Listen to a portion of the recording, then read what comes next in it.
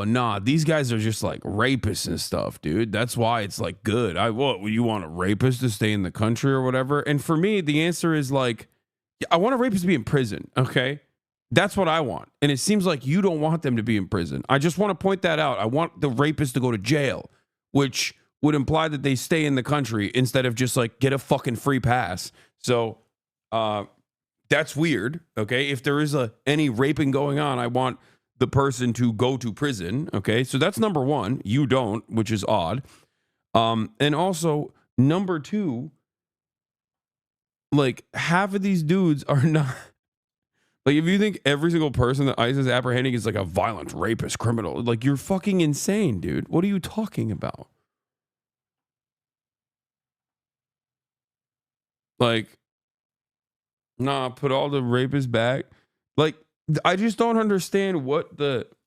I don't understand.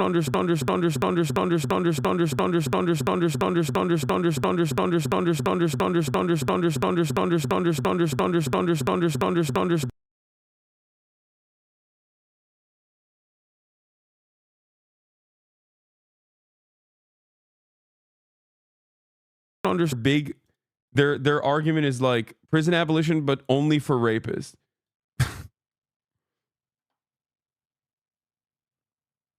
Like, what the hell? What is it? What's happening here? What's going on? Why are you guys doing this?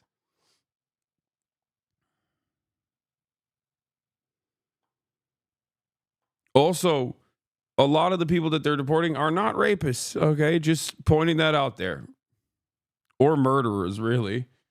Definitely not murderers, even though Trump is like, these immigrants, they're killing at least 3 people a pop or whatever. And it's like, dude, that's more murders than there are people. Like, what are you talking about? Yeah, the 9-year-old they arrested with their parents is a rapist. Yeah. Yeah, no, they're insane. They're just doing... Right now is the most, like, from their perspective, this administration's first actions have to be the most defensible, right? In order to market it. That's why they're doing it with like Dr. Phil and shit, right? So the people that they're arresting currently, that's it. Those are like, these guys are going to be the most defensible deportations. Everything past this point is going to be even more indefensible. Question mark, question mark. I'm saying like they're trying to go after high profile criminals or whatever that the previous Department of Justice actually didn't clear out. But I am of this mindset, maybe I'm wrong, but I am of this mindset that like, you know, the Department of Justice, regardless of like whichever administration is in control of it, is still going to prosecute rapists and murderers, okay? It doesn't matter. There's no... Yeah, according to NBC, 50% of the arrests were nonviolent. That makes sense. Like, that makes sense because there's just not that many, like, genuinely violent offenders out there that, like, that weirdly enough, the system hasn't processed. Like, that doesn't make any sense. I think the system is fundamentally broken. If there are people who are actually flight risks or who have done like violent crimes and the government's like, yeah, but you're undocumented, so we'll let you go. I don't think that's real. That's not a real thing at all, by the way. That is what Republicans believe is a real thing, right? I don't believe that that's a real thing. But you have to believe that that's a real thing in order for you to assume, in order for you to look at like the current system and say, oh, we need to do more. We need to do more. We need to do more apprehensions. Do you see what I'm saying? Screenshot a hype train at level 15 if you still want it. No. I believe you. I believe you. I believe you. All right, we'll figure something out. Nah, bro, Biden exclusively arrested immigrants who stole over $950 of product. That, like, the notion that, like, people would just, like, let rapists go because they're migrants is insane. That's not how the criminal justice system works, okay? The criminal justice system doesn't work in that way, where you just go, oh, are you doing this like heinous crime? Wait, hold on. Let me check the books. Oh, it says here that you're doubly illegal. So now you're free to go. Like, that's not how double jeopardy works. You know what I mean? That's the opposite. People just like, maybe people famously misunderstood the concept of double jeopardy and they just think that that's how it goes. Like, if you're a rapist, you do a murder on the way after you're done with your rape. The police are like, oh no, he did both of these crimes. It's time to let him go. Like, that's not how this works. You know what I mean? You can't. They try to stop you while you're just doing the one crime, because if you do the second crime, then they will literally let you go. Everybody knows this. And of course, the biggest crime of all is being born on the other side of a border. That's the worst. Significantly worse than any other crime, obviously. All right, hold on. Caroline, leave it. Not to be mistaken with love it or leave it. CBS is running fuck China propaganda. Internment camps. And there is another Chinese. I mean, yeah. Of course they are. China is the number one enemy, dude. Yeah, I do notice her large ass cross. Yes. Chatters, we're in a bad situation. We're in a bad place. I don't know how else to explain it, but here it is. Press Secretary Caroline Leavitt holds Trump administration's first White House press briefing. And in that White House press briefing, she announced something that is important for me, but also something that I most likely will not be able to take advantage of. She's inviting influencers and content creators to apply for White House press passes. Hold on. Before I take your questions, I would like to point out to all of you once again, have access to the most transparent and accessible president in American history. There has never been a president who communicates with the American people and the American press corps as openly and authentically as the 45th and now 47th president of the United States. This past week, President Trump has held multiple news conferences, gaggled on Air Force One multiple times, and sat down for a two-part interview on Fox News, which aired last week. As Politico summed it up best, Trump is everywhere again. And that's because President Trump has a great story to tell about the legendary American revival that is well underway. And in keeping with this revolutionary media approach that President Trump deployed during the campaign, the Trump White House will speak to all media outlets and personalities, not just the legacy media who are seated in this room. Because according to recent polling from Gallup, Americans' trust in mass media has fallen to a record low. Millions of Americans, especially young people, have turned from traditional television outlets and newspapers to consume their news from podcasts, blogs, social media, and other independent outlets. It's essential to our team that we share President Trump's message everywhere and adapt this White House to the new media landscape in 2025. To do this, I'm excited to announce the following changes will be made to this historic James S. Brady briefing room, where Mr. Brady's legacy will endure. This White House believes strongly in the First Amendment, so it's why our team will work diligently to restore the press passes of the 440 journalists whose passes were wrongly revoked by the previous administration. We're also opening up this briefing room to new media voices who produce news-related content and whose outlet is not already represented by one of the seats in this room. We welcome independent journalists, podcasters, social media influencers, and content creators to apply for credentials to cover this White House. And you can apply now on our new website, whitehouse.gov/new media. Starting today, this seat in the front of the room, which is usually occupied by the press secretary's staff, will be called the new media seat. My team will review the applications and give credentials to new media applicants who meet our criteria and pass United States Secret Service requirements to enter the White House complex. So in light of these announcements, our first questions for today's briefing will go to these new media members whose outlets, despite being some of the most viewed news websites in the country, have not been given seats in this room.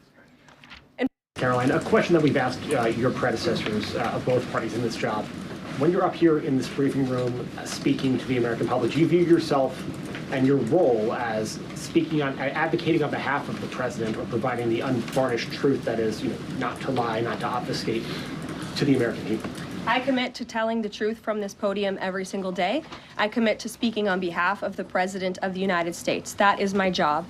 And I will say it's very easy to speak truth from this podium when you have a president who is implementing policies that are wildly popular with the American people. And that's exactly what this administration is doing. It's correcting the lies and the wrongs of the past 4 years, many of the lies that have been told to your faces in this very briefing room.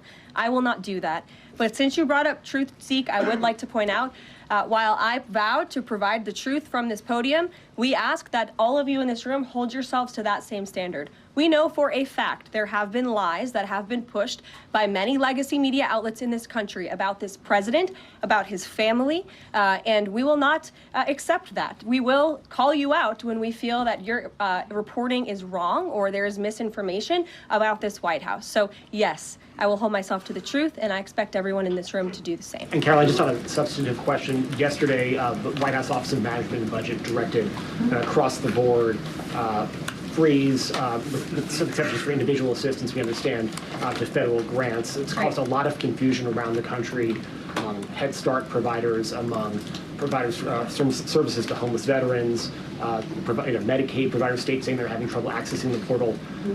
Could you help us clear up some of the confusion, give some certainty to folks? And also, is that uncertainty, how does that uncertainty service the president's voters?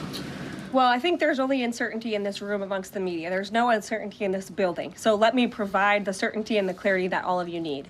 This is not a blanket pause on federal assistance and grant programs from the Trump administration. Individual assistance, that includes, I'm not naming everything that's included, but just to give you a few examples, Social Security benefits, Medicare benefits, food stamps, welfare benefits, assistance that is going directly to individuals will not be impacted by this pause. And I want to make that very clear to any Americans who are watching at home who may be a little bit confused about some of the media reporting. This administration, if you are receiving individual assistance from the federal government, you will still continue to receive that.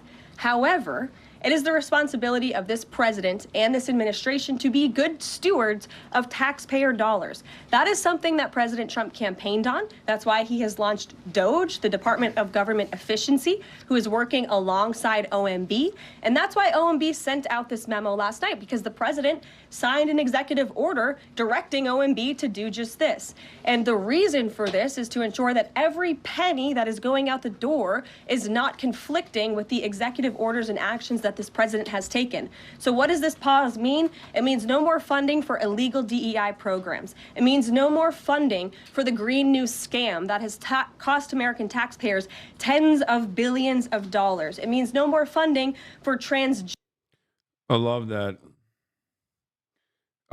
We've put a pause on all government social safety nets and all expenses. Oh my God, it's good that Asmongold does leave the house. What? We've put a pause on everything because the government is spending money on DEI. Using DEI to effectively gut federal programs and federal spending. People are so stupid.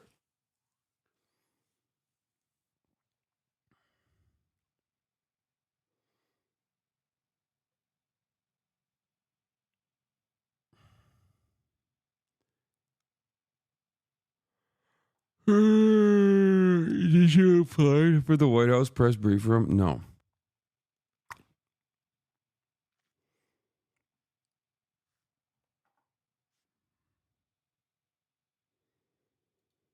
Did you see this? President of the United States is falling for the AI slop. What? No. No.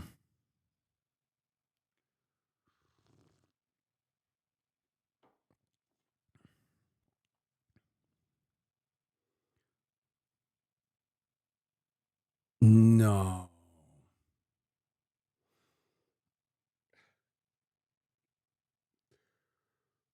Oh god.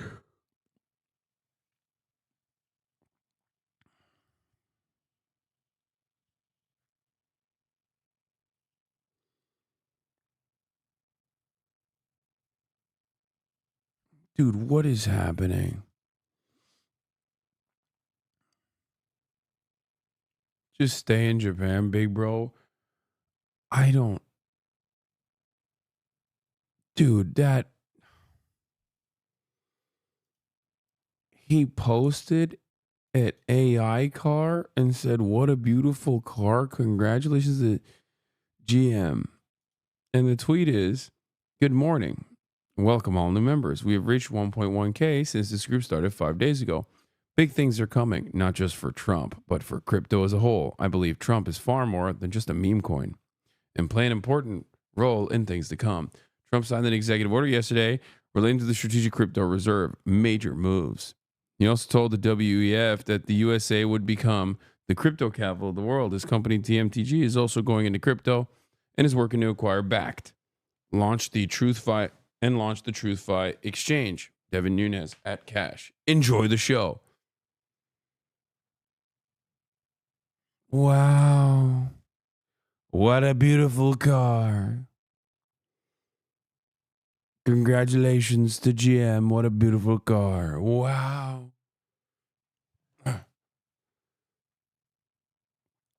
I don't even know, I just don't fully understand what the deal is with GM. Like, what is GM for good morning in this situation?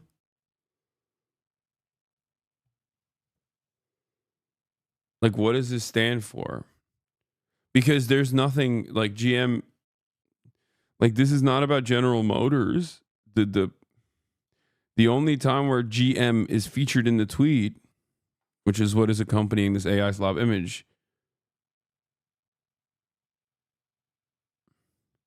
he doesn't care about the GM part. He's just promoting his coin. I mean, yeah, it is concerning that he's. You know what? You're right. I'm talking about the AI slob angle, but yeah, this is the president that's quite literally promoting his own shitcoin while he's in office.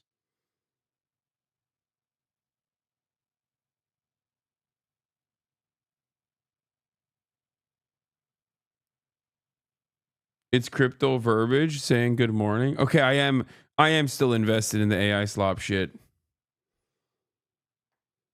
Maybe this is to offer plausible deniability when he's like promoting his own crypto shitcoin. Isn't that impeachable? Yo, this guy thinks that guy's funny. Yo, did you guys hear that? There's a dude in the chat that said, "Isn't that impeachable?" Dude, that's hilarious. What's next? Are you going to tell me that removing birthright citizenship is unconstitutional? Is that what's next? You're going to tell me like the Supreme Court would never allow that?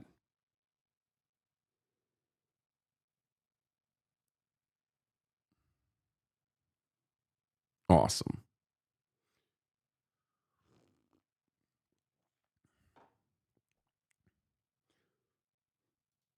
I saw this. You called it. Not sure how true though.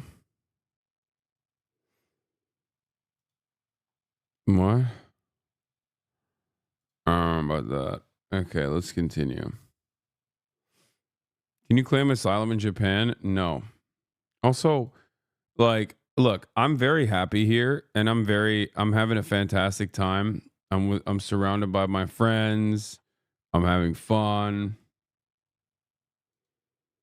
But like, the reality of the matter is, I do miss America a little bit. Okay, I miss all the good and the bad. I miss my dog Kaya, my daughter.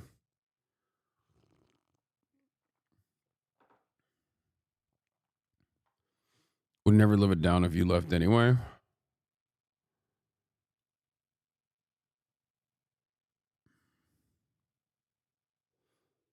Remember when everyone got mad that Obama sold the book he wrote, Law Good Times?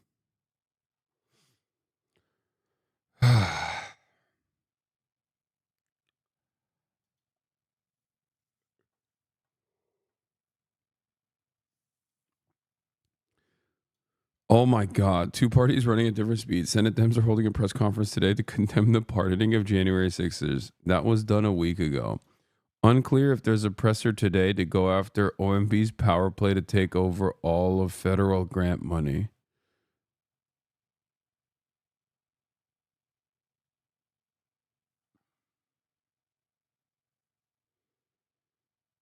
Oh my God.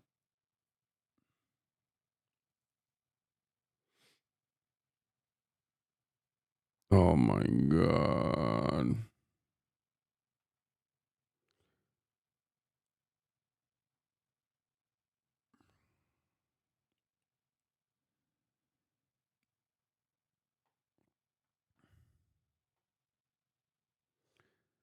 What?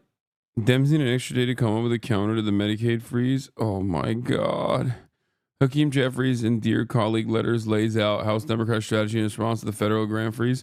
We will convene an emergency meeting of the House Democratic Caucus tomorrow. In response, at the meeting, we will discuss a comprehensive three-pronged counteroffensive anchored in 1. Appropriation strategy, 2. Litigation strategy, 3.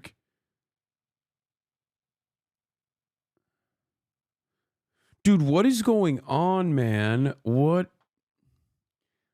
They are more incompetent than I thought they would be. Like the Democratic Party is truly worse.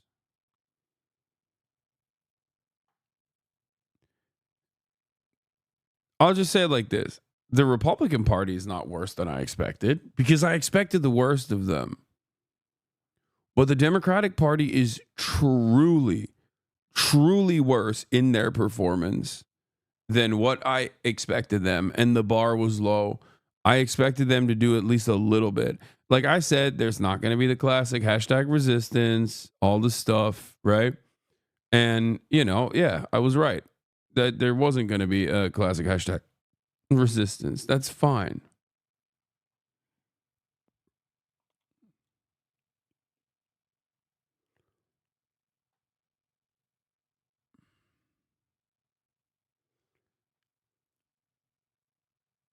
But this is, beyond the pale.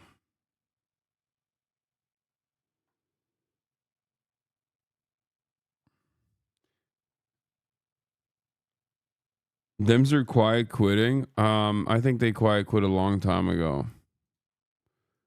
The Ways and Means Democrat. Hey, so this is insane. Oh my God.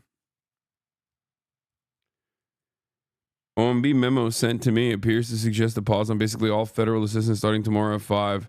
Is there any other way to read this? Hey, so this is insane. We are the we're the Ways and Means Committee for the Democratic Party. And hey,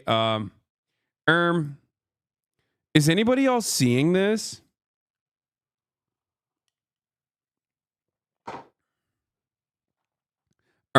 That's not good.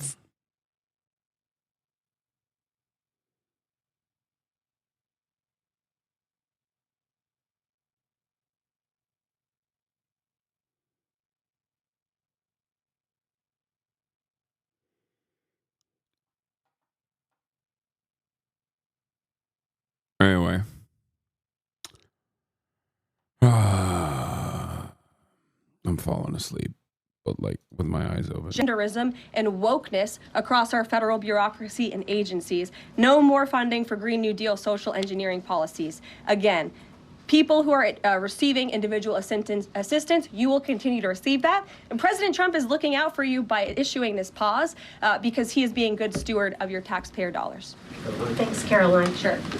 How long is this pause going to last, and how is the Trump administration recommending that organizations that rely on federal funding make payroll, pay their rent in the meantime? It is a temporary pause, and the Office of Management and Budget is reviewing the federal funding that has been going out the door. Again, not for individual assistance, but for all of these other programs that I mentioned. I also spoke with the incoming director of OMB this morning, and he told me to tell all of you that the line to his office is open for other federal government agencies across the board. And if they feel that programs are necessary and in line with the president's agenda, then the Office of Management and Budget will review those policies. I think this is a very responsible measure. Again, the past 4 years, we've seen the Biden administration spend money like drunken sailors. It's a big reason we've had an inflation crisis in this country. And it's incumbent upon this administration to make sure, again, that every penny is being accounted for honestly. I mean, we're talking about like half the country. Not half the country, but like tens of millions of Americans rely on Medicaid and Medicare. That's insane. How many Americans are on Medicare and Medicare? Medicaid and Medicare. 72 million.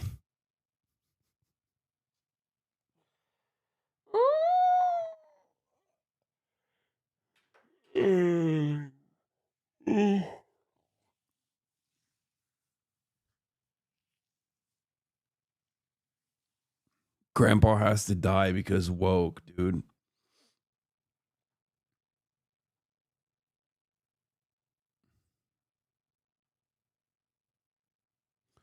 You don't understand.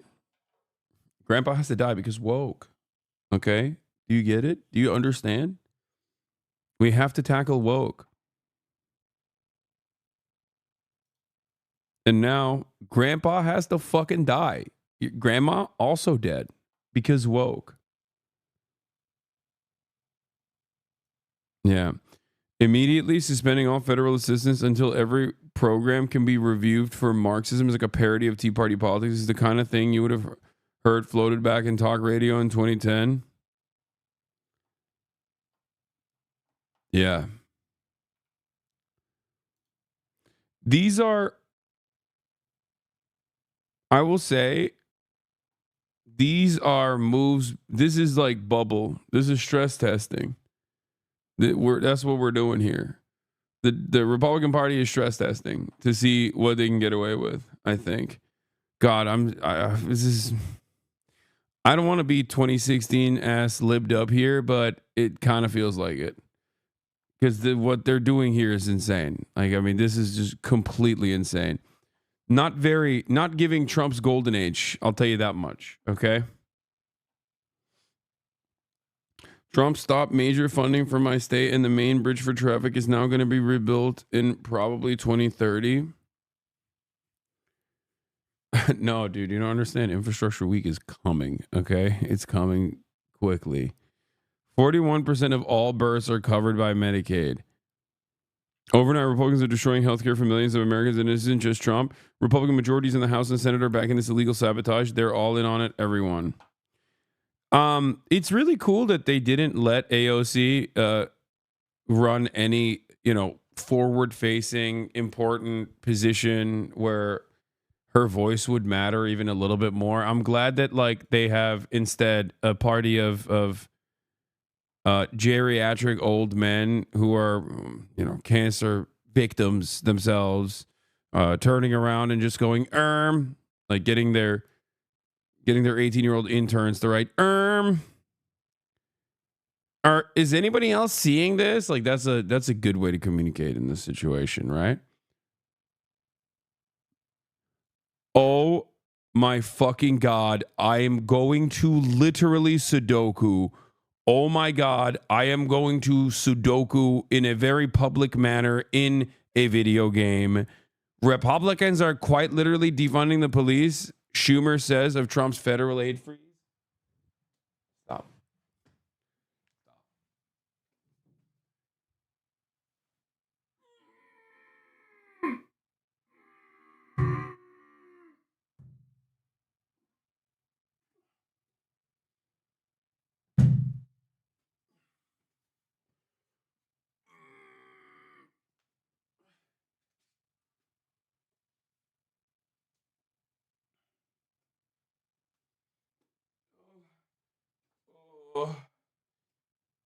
Oh, I don't feel good. I don't feel good.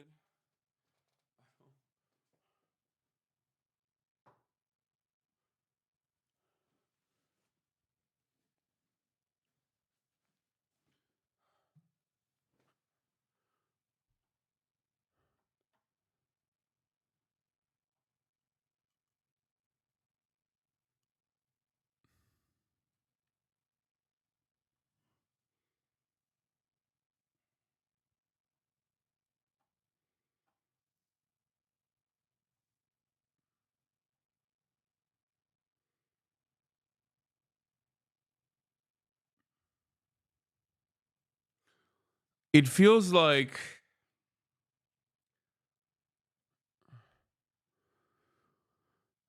it truly does feel like the Democratic Party is actively and deliberately like trying to sabotage. Like it does feel like they've just abdicated their duty. They've completely dropped the ball. They just don't. Like I'm not an anarchist, chat, and I never have been. But goddamn, like where there's no, I don't know. There's no help coming from the government. Okay.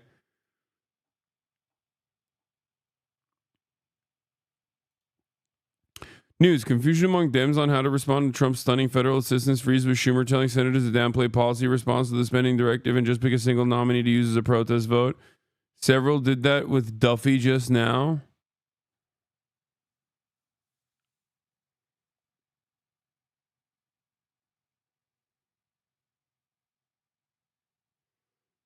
So they wanted to happen. No, there's no other way to look at it. I'm sorry. This is not just like bad politics. You just don't care. You just don't care. You don't care that it's happening, and you actually wanted it to happen. And I think you like that it's happening. Like, nah, there's no, this is not incompetence. This is, you're complicit. That's crazy. Like, Schumer telling senators to downplay policy responses to the spending directive and just pick a single nominee for a protest vote. Like, so open, so obvious that they're not interested in doing anything. Like a protest vote for a single nominee. What are you talking about? They don't need your fucking votes, man. They don't need your votes. Hey, guess what? Pete Hegseth is the Secretary of Defense. Okay, what do you mean a fucking protest vote? What the hell is going on right now? What are you people doing? What are you people thinking? What is happening? Am I losing my mind? Why are these people so bad? What the fuck is going on? I'm fucking losing my mind watching this shit unfold. Am I crazy? I don't know. Am I crazy? Like, what the fuck? How do you not do anything? What is the difference between you and Donald Trump? Voice cracked? Dude. This is, I'm fucking cracking this in. Fuck this shit. I'm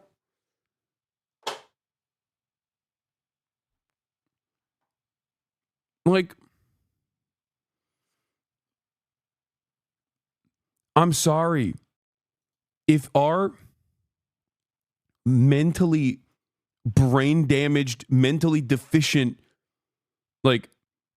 leadership in the Senate responds to Donald Trump freezing all federal funding, which is like the number one Republican fantasy, okay?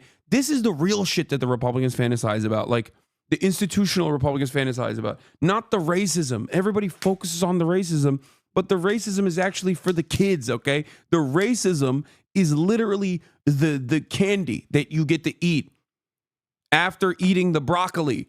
This is the broccoli. This is the real shit, okay? Cutting federal funding is the real shit. Undermining the federal regulatory agencies is the real shit. The racism is just like the scraps that they throw to the fucking peasants and the lumpen bros who love all of the culture war. That keeps them distracted. That makes them feel like their voice matters and has an impact. But that is the real fucking shit. And they're doing the real fucking shit. And the Democrats are like, well, nobody, I'll have you know, sir, it is you who has defunded the police. Like, I will throw you in prison, okay? I want to put you physically behind a prison. I want Chinese-style communism to happen inside of the Democratic Party right now, okay? I want to do cultural revolution shit when I see that, okay? We're doing a struggle session. Chuck Schumer, get on the fucking cuck stage, okay? People can now throw their old tomatoes at Cuck Schumer. Get on the cuck stage now. Explain to us your counter-revolutionary behavior right now, Cuck Schumer. I decided to talk about the funding of the police. I thought that was an acceptable, appropriate angle of attack, while Donald Trump has cut the fucking healthcare of 72 million Americans. What the fuck?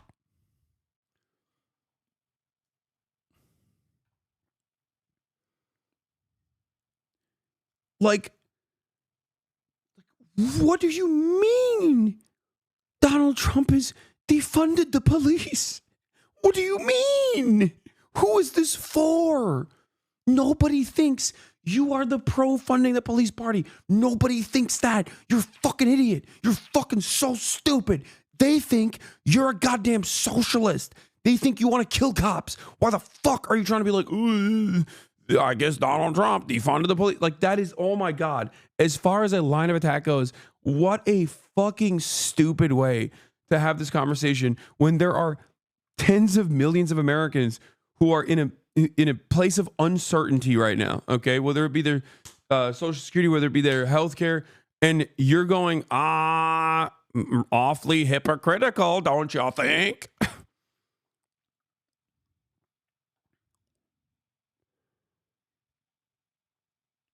I can't look at this in any way other than complicity. Sorry.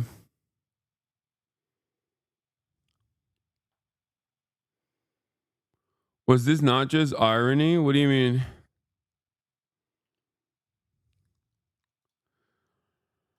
I mean,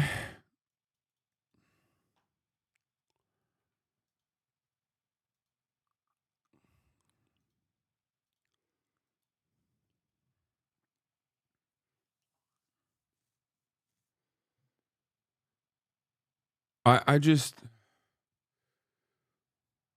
I don't know, man. Maybe they're in a state of shock. What the fuck are you talking about? I get to be in a state of shock. You get to be in a state of shock. We are just normal citizens. The Democratic Party doesn't get to be in a state of shock. Also, I showed you an example of someone within that state of shock that actually is doing a much better job communicating a counter. And like it, hate it, doesn't matter. AOC, it has AOC has done a lot of stuff that I disagree with, especially with respect to the Brandon regime. But that is the appropriate way. That is the competent leadership that you're supposed to get from the fucking Democratic Party. Okay?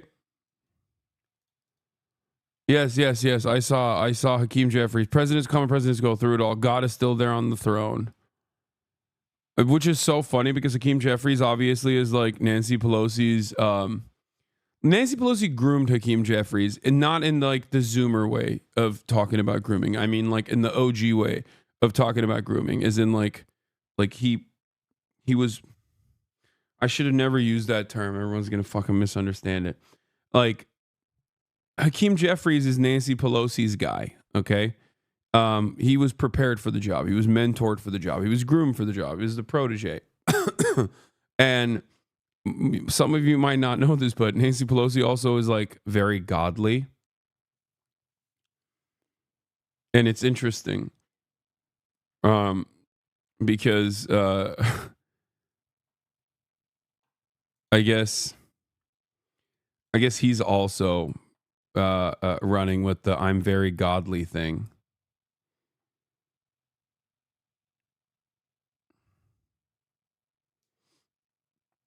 Not blaming a bug that nuked the Medicaid site. After obviously lying, they wouldn't touch it, and Dems aren't saying shit. The White House is aware of the Medicaid website portal outage. We have confirmed no payments have been affected. They're still being processed and sent. We expect the portal to be online shortly.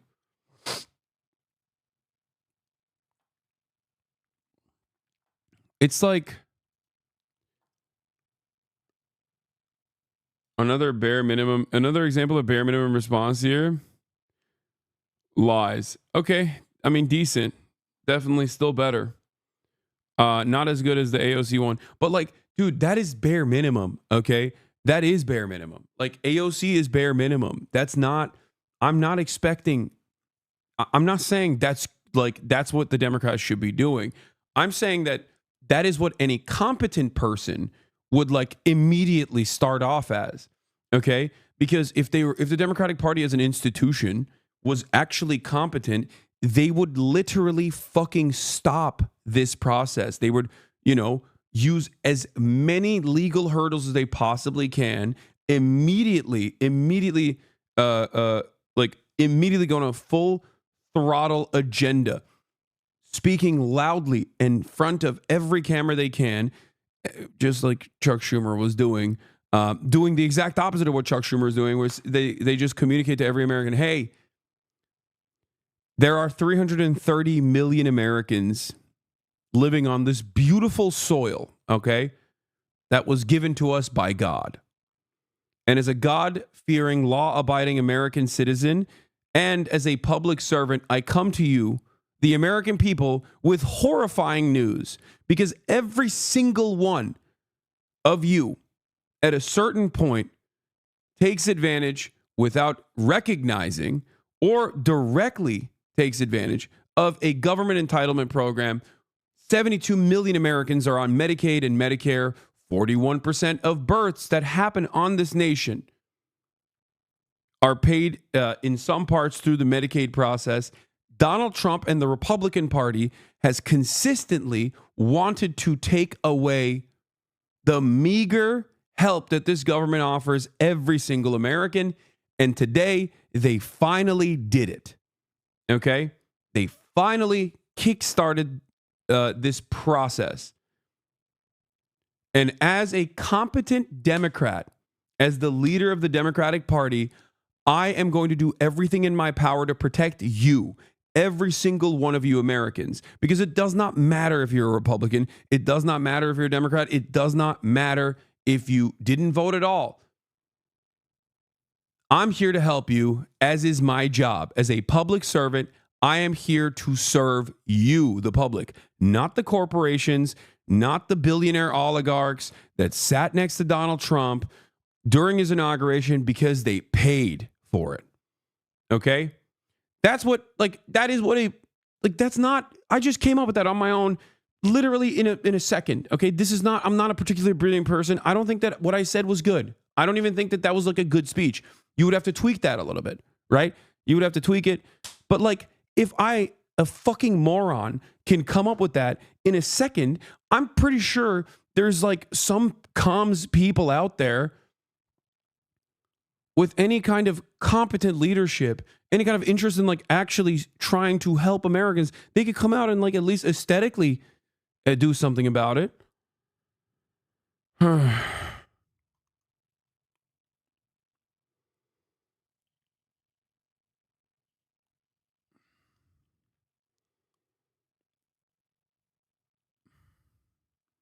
Like, it blows my mind. It blows my mind. Like, what, really? This is not reinventing the wheel, okay? This is just like basic stuff. Like, this is what you're supposed to do. This is what basic politics is, okay? Even if you don't fucking believe in any of this shit, that's what you're supposed to say. You think Republicans, you think like a Yale graduate, Rhodes Scholar is constantly thinking about woke? No, they're talking about it because that's what keeps people's attention as they actually pick apart the federal government. Okay? As they take away what remains of these marginal social safety nets that every American takes advantage of. Like,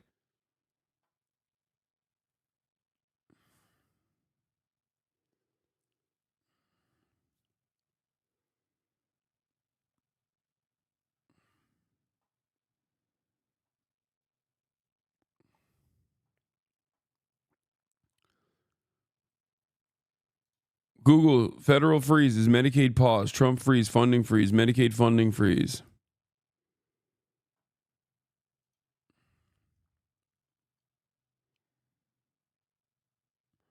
See, I think you're lightly wrong. We have politicians in Canada that genuinely hate trans people and shit. I feel, no, dude, you're misunderstanding me.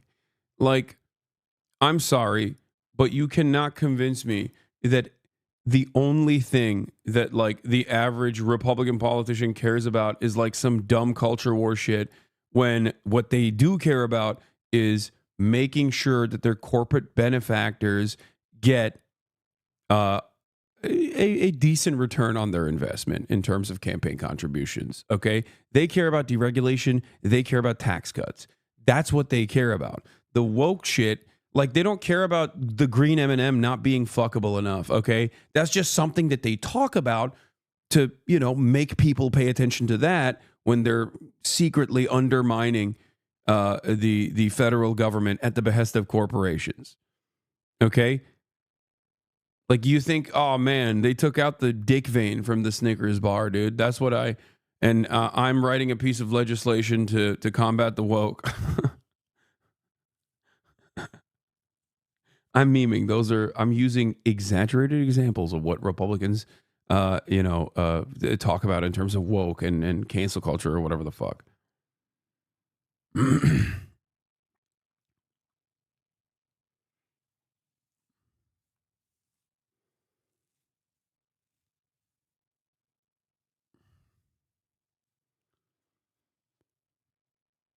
How are Republican commentators like Ben Shapiro going to justify this? Are you kidding me? This is Ben Shapiro's dream. Ben Shapiro probably died for like 3 seconds. He experienced medical death for 3 seconds because he nutted too hard when he heard that like all federal spending was frozen, whether by accident or deliberately. Okay. He probably died and came back. Ben Shapiro is now Jesus Christ officially. Okay.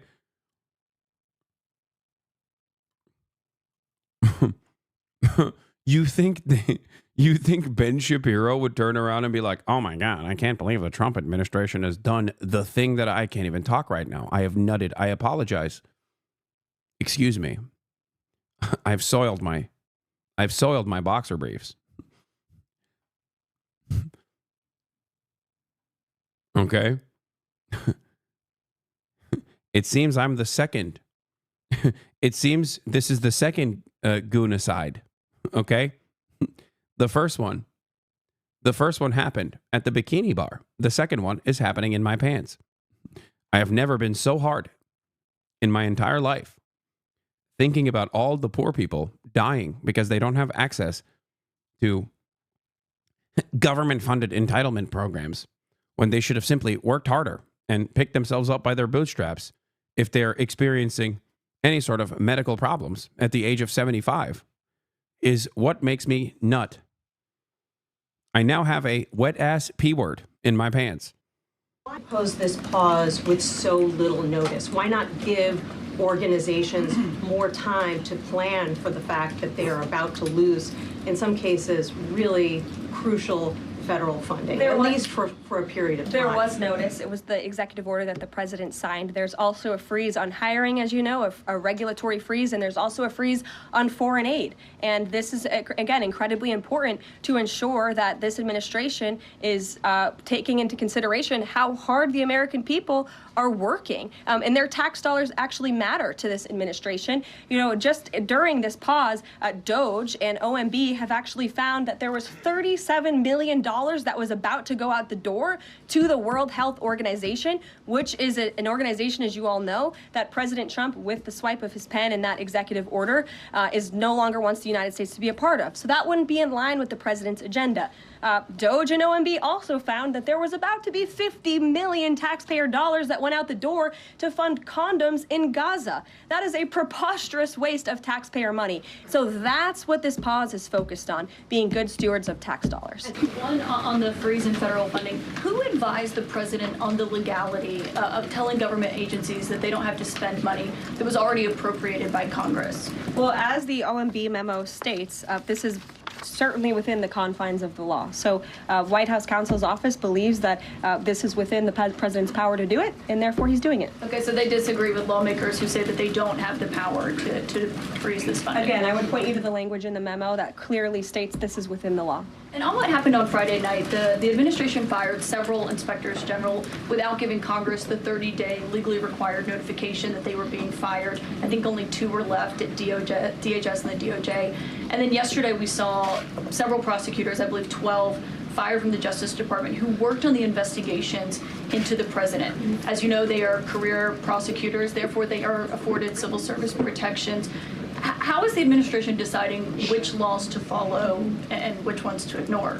So it is the belief of this White House and the White House counsel's office that the president was within his executive authority to do that. He is the executive of the executive branch, and therefore he has the power to fire anyone within the executive branch that he wishes to. There's also a case that went before the Supreme Court in 2020, Scala Law LLC versus the Customs, Bureau protection. I would advise you to look at that case, and that's the legality that this White House was resting on. So you're confident that if they bring lawsuits against you, those prosecutors who were fired, that they will succeed? We will win in court. And yes. Did he personally direct this, given they worked on the classified documents investigation and the election interference investigation? This was a memo that went out by the Presidential Personnel Office, and the president is the leader of this White House. So yes. I do want to go to you first, Daniel Dale, to talk about a very big issue that is going to affect a lot of Americans, and that is the recent pause by the White House on these federal. Yes, I heard. Condoms in Gaza. I heard. How much you want to bet that is a reframing of much needed, like, reproductive health aid, okay? It's most likely medical aid, and they're just basically saying it's condoms in Gaza. The irony, of course, is that it's most likely sanitary products and not condoms, but like tampons and other versions of like medical aid for reproductive health purposes specifically. But, you know, they just said condoms in general to make it seem like the entire program is silly and stupid.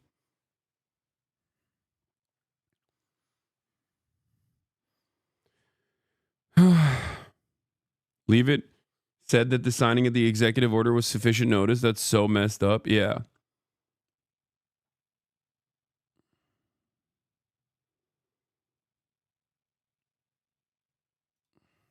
Grants and loans.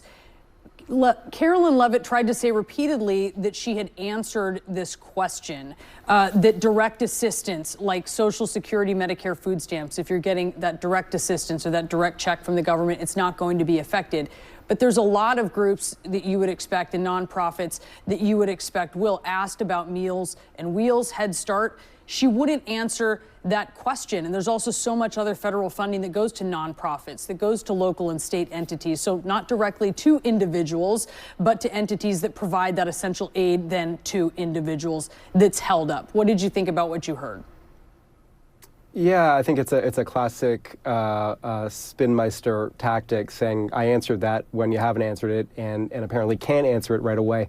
There's considerable uncertainty around the country among nonprofits of various kinds, organizations of various kinds, and the people who get help from those organizations. So they may not get direct individual payments straight from the federal government, but their lives, their situations, their living situations, in some cases their food and transportation situations, are very much dependent on the aid that comes through and into your. There are shitty and rudderless center-left parties everywhere, but the overwhelming majority of them would still probably realize what just fell into their lap if you put them in this exact position. I would also recommend that we focus on grants, law enforcement, opioid prevention, and veterans, things that Trump voters and swing voters may particularly care about.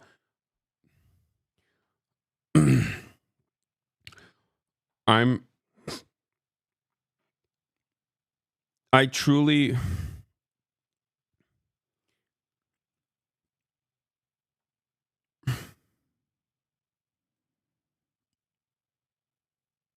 I don't know how to.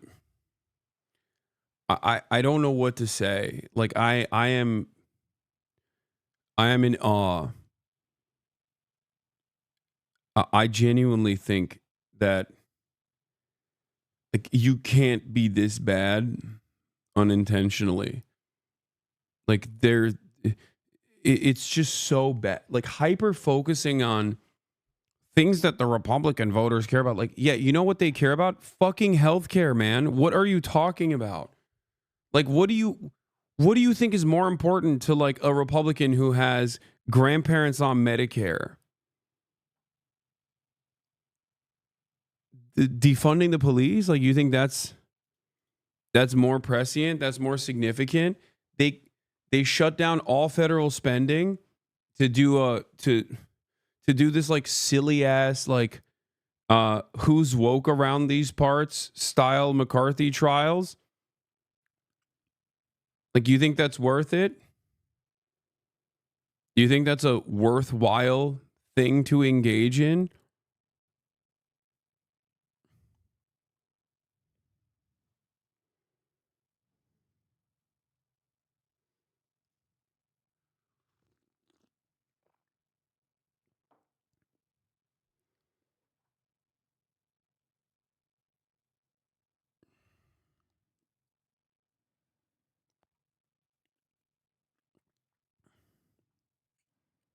This is the stuff that Republicans dreamed about for years and years and years. And the only reason why I mention that is because that obviously implies that the Democrats know that this is coming. As a matter of fact, I know that the Democrats know that this is coming because they constantly used to, quote unquote, fearmonger about this sort of thing. That this is precisely what the Democrats will be doing. And to me,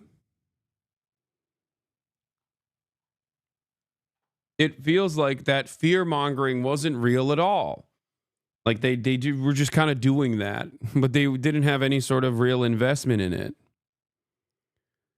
Because now that that moment has come, they're talking about the dumbest shit possible.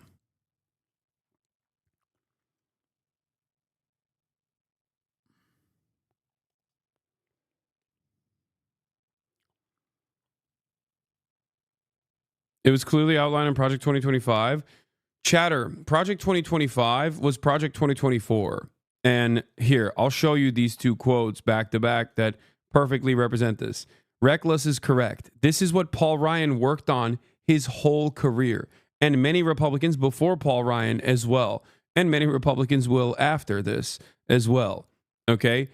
So this goes back to the point that I was making about Project 2025. The Heritage Foundation and the American Enterprise Institute is the backbone of the Republican Party. Okay?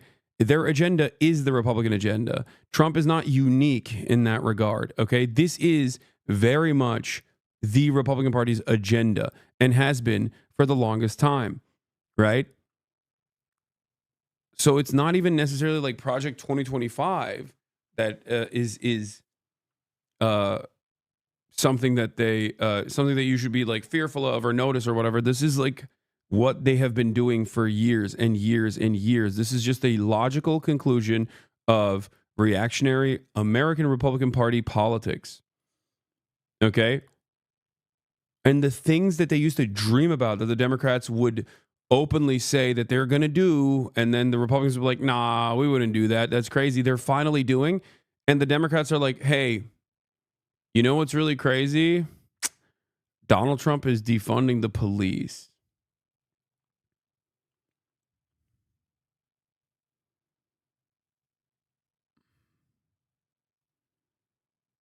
Like, what is this hypocrisy baiting, dude?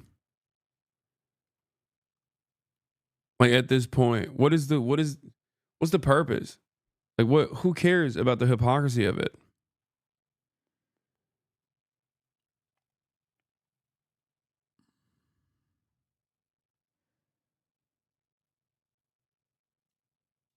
What? Your spectator outrage is soggy and misplaced. This falls on third-party commies as much as conservatives, both who attack Dems. I really hope the Gazans were worth it, man. What? Chatter, I'm talking about the modern Democratic Party right now and their ineptitude, and you're fantasizing about like third-party voters? Like, do you think third-party voters are the reason why Chuck Schumer is saying, like, do you think third-party voters are responsible for Chuck Schumer, Hakeem Jeffries, and most Democratic Party leadership just feeling like they were caught pissing against the wind? What the hell does that have to do with third-party voters at all? You just wanted to do blue MAGA shit for no reason. Also, if every single third-party voter voted for Kamala Harris, she still would have lost in key states. So I don't know why you're still fantasizing. No grasp of consequence? I don't think you have a grasp on anything. At least the dumbass MAGA people get something out of their leadership. There's a whole bunch of pain that comes along with it, but at least the dumbass MAGA people who are unimaginably loyal to Donald Trump sometimes get something in return. Like if they went to prison, they get released or whatever. Democrats don't even do that for their loyalist blue MAGA, and you still are defending them at a moment when your grandfather's like social safety nets might be in play here, and they are just the singular group that actually has to do something to fight back against this is woefully incompetent and is doing a terrible job of pushing back, and you're still fantasizing about some third-party voters and also Gaza. When I hear stuff, more soggy outrage, I'm out, said my piece. When I hear stuff like this, I'm not going to lie. I mean, I just, it's very hard, very, very hard for me to maintain any semblance of empathy for a person like this who is going to be probably horribly fucked over by this administration.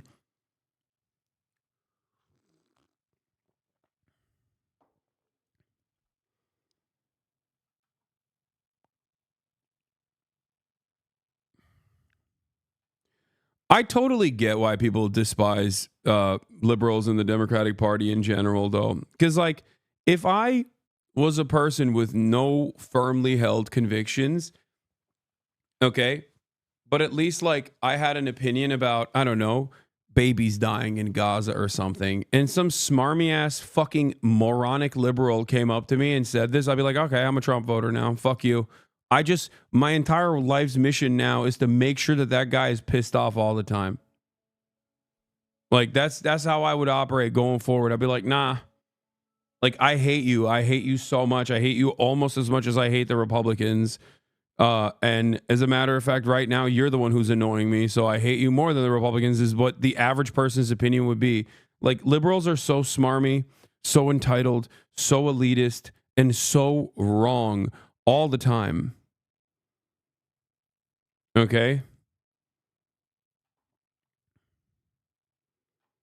Like, can you imagine looking at this moment? Like, if you as a liberal and a card-carrying Democratic Party supporter, if you are not angry at the Democratic Party right now for not mounting a significant defense, okay, even on aesthetic grounds, and you're still using this as a silly way to just yell about like Jill Stein voters who wouldn't have actually made up for Kamala Harris's ineptitude anyway and incompetence in her campaign anyway, because the margins were that bad, then you've basically demonstrated that you don't care about anything.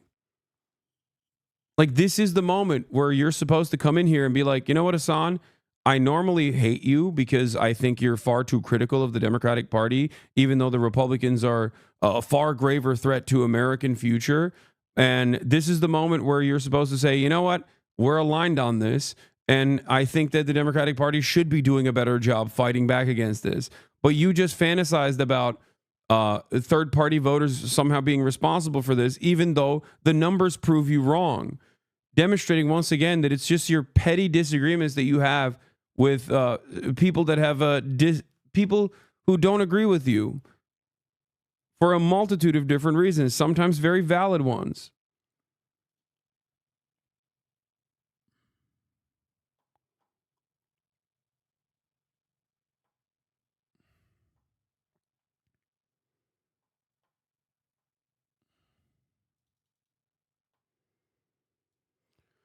A federal judge temporarily blocks Trump administration freeze on federal grants and loans.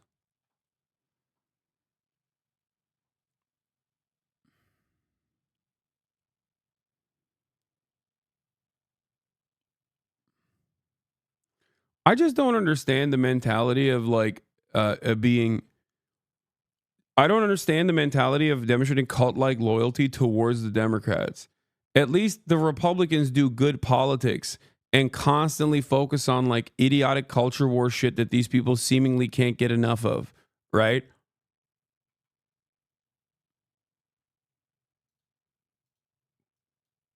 The Democrats don't even do that. They don't do anything.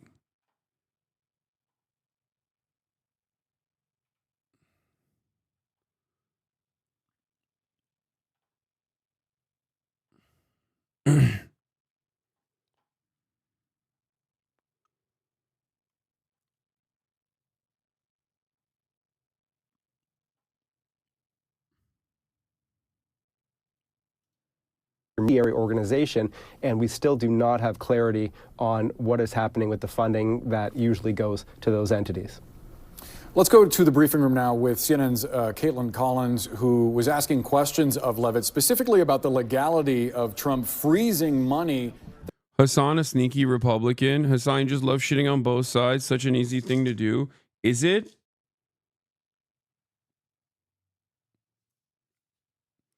Okay. Let me ask you. Ask yourself why it's so easy to shit on both sides. Perhaps it is because the Democrats are also fucking dog shit at their jobs. Have you considered that? Perhaps you also recognize that, and that's why you're admitting that it's easy to do. And then you follow up by claiming that I'm a sneaky Republican. No, dude. The Democrats and their complicity towards the Trump administration and its agenda, some of the most insane aspects of their agenda, is infinitely more complicit or infinitely more pro-Republican than any number of different criticisms that I can launch against the Democratic Party for aligning with the reactionary right. Okay? I just wish you would sometimes say some good things about Democrats. I'm going to lose my fucking mind, dude. I don't hear it ever because they don't do it ever. They don't deserve it, okay? They don't deserve it. The fuck do you mean? What do you want me to do? What do you want me to do? Just fucking lie? Is that what you want? Oh, nah, dude, you guys don't understand. When Chuck Schumer said, "Oh, the police are getting cut," and the Republicans are actually the party that's defunding the police, a failed message from now officially 2 election cycles. Okay, it didn't move the needle for Biden in a significant way in the 2020 cycle, and in spite of that, Biden still won. And it did not move the needle for Kamala Harris, who lost. Okay. Nobody in America thinks that the Republicans are the party that's defunding the police. Like, that's not real. That's not a real thing. That's just a stupid thing that they keep fucking repeating over and over again, even though it's a failed message. Oh. My criticisms of the Democratic Party revolve around their closeness to the Republican agenda. Okay? I don't think people understand this when they come in here and they go, "Oh man, Hasan, you're like criticizing both sides." It's like, yes, dude, if both sides are reflecting the same right-wing politics, okay? Then yeah, I'm going to be critical of that because I have an issue with right-wing politics. I have an issue with reactionary politics. I have an issue with undermining the federal government. It does not matter to me if it's the Democratic Party doing it. It does not matter to me if it's the Republican Party doing it. Okay? So when I criticize the Democrats, it is because I'm criticizing them on the virtue of their closeness to the Republican Party in both agenda and also in their lack of interest in fighting back against the Republican agenda.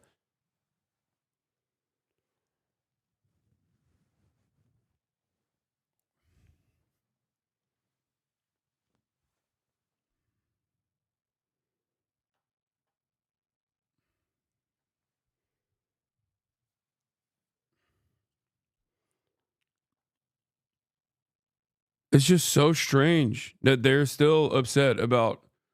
I want all of What you is this? brain dead, cowardly. Both sides are the same. I can't vote because of my conscience. Dipshit weasel motherfuckers to come Too disgusted to properly gloat. It's almost over. In parentheses, it's just begun. right What? front and fucking center. Immigrations and Customs Enforcement is raiding elementary schools and ripping patients. Dude, this is such a funny argument to make because the Democrats literally lost. Okay? And part of the reason why they lost is because they ran to the right. Part of that running to the right also involved adding additional funds to Border Patrol. Okay?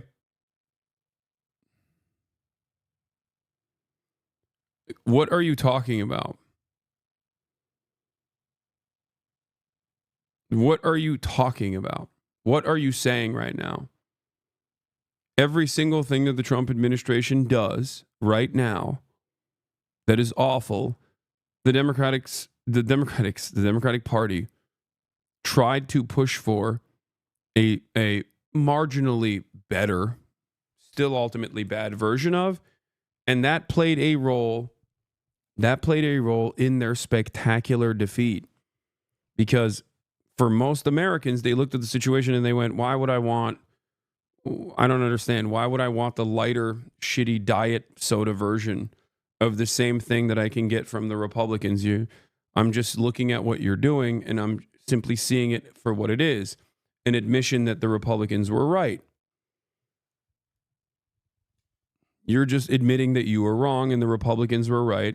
So why would I celebrate that? I will punish you.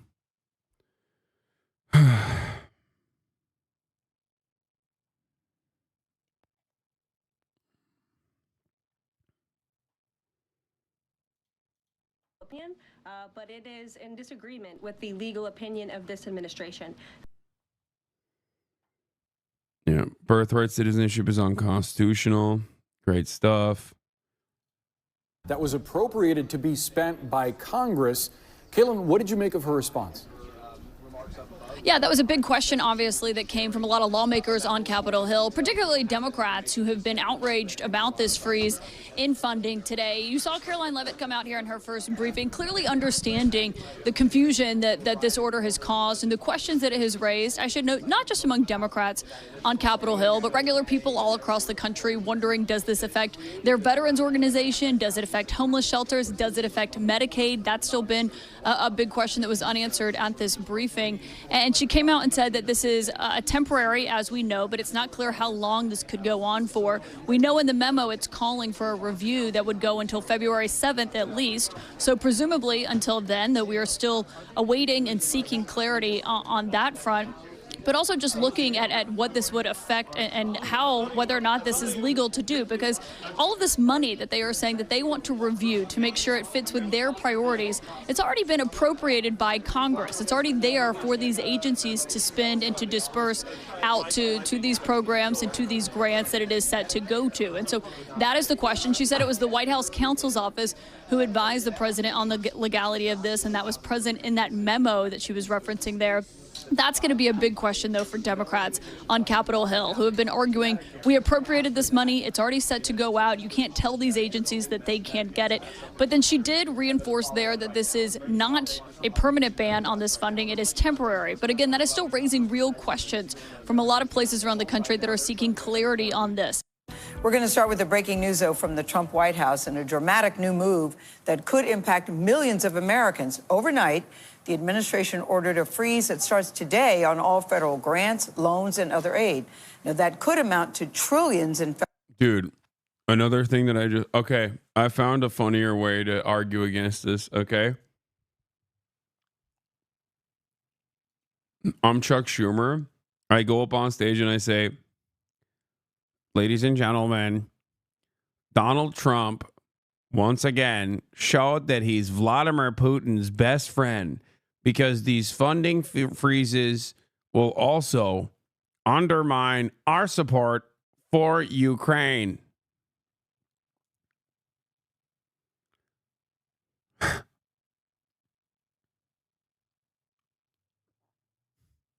Tropes?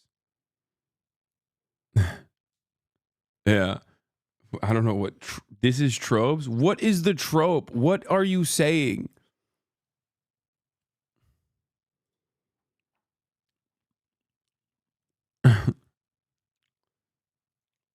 Donald Trump is putting our allies at risk by taking away funding from NATO.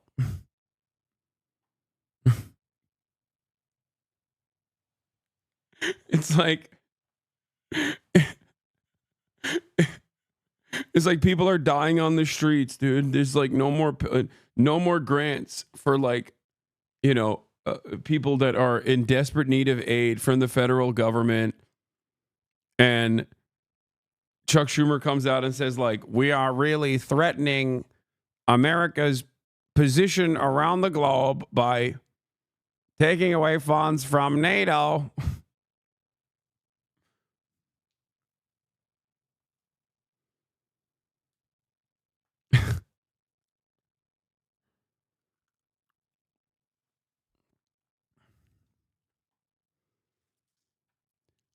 A Georgia Republican suggested kids who participate in school lunch programs sponge off the government. Hell yeah. That's my favorite, dude.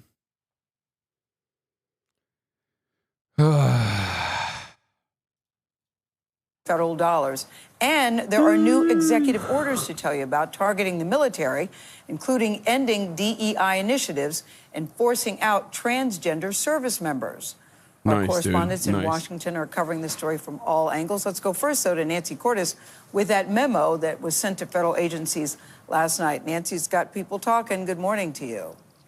It sure does, Gail. This new order is sweeping, but it is also confusing. And this morning, all of Washington is trying to figure out exactly what it means. The White House appears to be calling on all agencies to impose a spending freeze on federal assistance by 5 p.m. today. And it appears that we're talking about everything from aid to nonprofit organizations to funding for universities. This could even affect loans to small businesses and grants to state and local governments.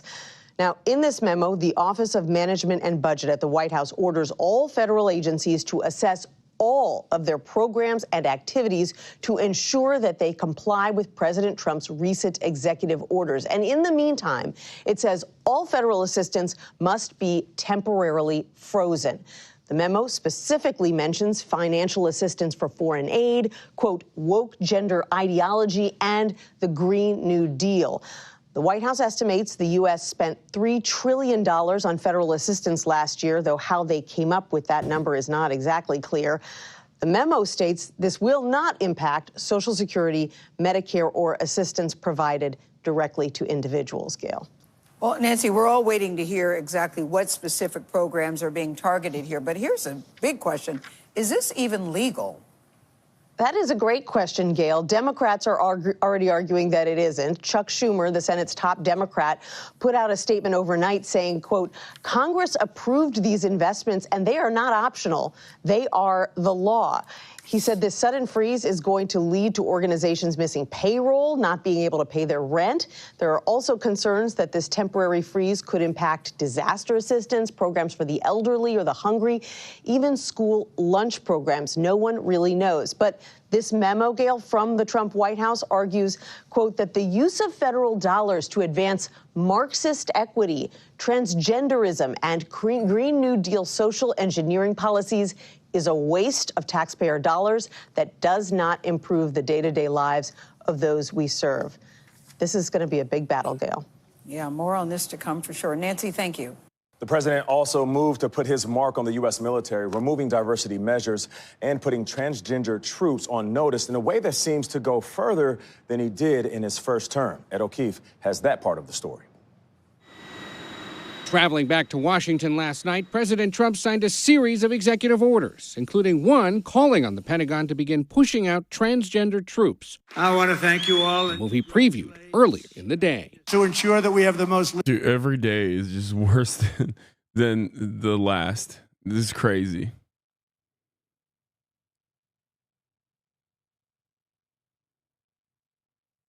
It's great. lethal fighting force in the world, we will get transgender ideology the hell out of our military. It's going to be gone. Trump had already revoked protections for transgender service members implemented by former President Biden.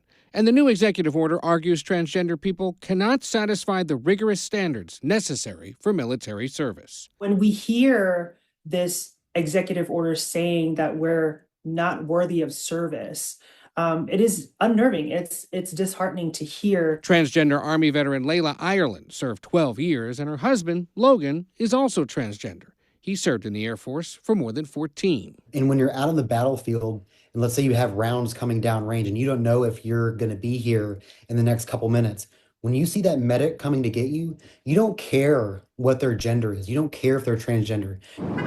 Reporting for his first day as Defense Secretary, Pete Hegseth stood by Trump's new orders. The lawful orders of the President of the United States will be executed inside this Defense Department swiftly and without excuse. Another new Trump executive order reinstates the roughly 8,200 service members discharged for refusing to comply with the Pentagon's COVID-19 vaccine mandate, restoring their rank and providing back pay. I think we're going to have a lot of people that join. The Biden-era mandate was rescinded in early 2023, and only about 110 of those kicked out have since rejoined. Trump is also ordering the Pentagon